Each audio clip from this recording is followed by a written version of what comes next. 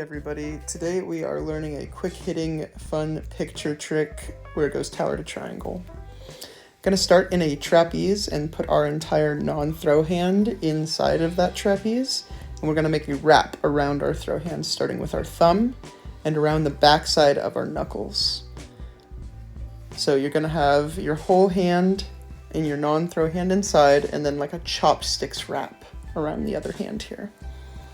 We're going to grab the outermost string on our non-throw hand with our throw hand fingers and simultaneously grab the top string in that chopsticks wrap that is on our throw hand with our non-throw hand fingers. Once we have all of that grabbed, we are going to pull through and let go of our thumbs on our throw hand and non-throw hand, but keep holding the finger portion that we grabbed for both hands. So we let go of our thumbs here, and that will drop us into that tower. I'll slow down this next part.